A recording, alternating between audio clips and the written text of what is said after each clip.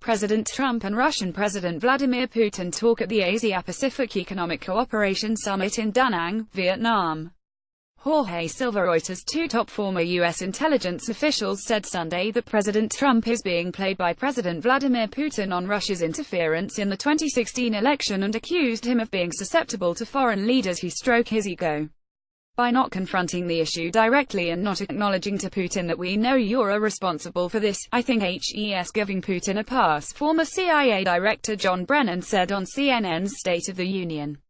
I think it demonstrates to Mr. Putin that Donald Trump can be played by foreign leaders who are going to appeal to his ego and try to play upon his insecurities, which is very, very worrisome from a national security standpoint.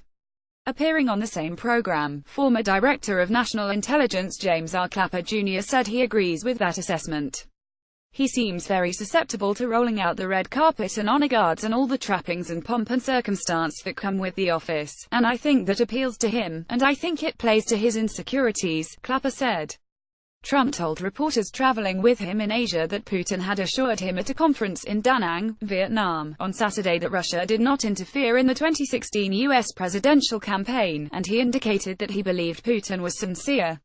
Later, in a news conference Sunday in Hanoi with Vietnamese President Tran Dai Quang, Trump appeared to be trying to pass his earlier remarks, saying, "What I said is that I believe Putin believes that." In his earlier remarks to reporters, Trump also referred to Brennan and Clapper as political hacks. Brennan said Sunday that he considers Trump's characterization a badge of honor. Both men were highly critical of Trump for not saying more definitively that Putin was behind the Russian interference in the U.S. election, a conclusion strongly endorsed by the U.S. intelligence community. "I don't know why the ambiguity about this," Brennan said. "Putin is committed to undermining our system, our democracy and our whole process. And to try paint it in any other way is, I think, astounding, and, in fact, poses a peril to this country." Clapper said, "It's very clear that the Russians interfered in the election, and it's still puzzling as to why Mr. Trump does not acknowledge that and embrace it and also push hard against Mr. Putin."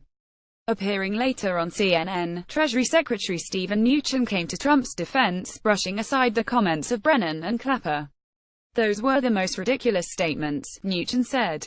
"President Trump is not getting played by anybody."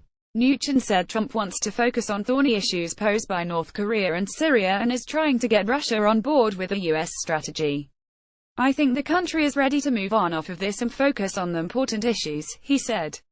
Mark Short, Trump's Director of Legislative Affairs, said Sunday that the president does concur with a January 2017 assessment by the intelligence community about Russian meddling. "But let's be careful and be straight about what it is the president believes right now," Short said during an appearance on NBC's Meet the Press.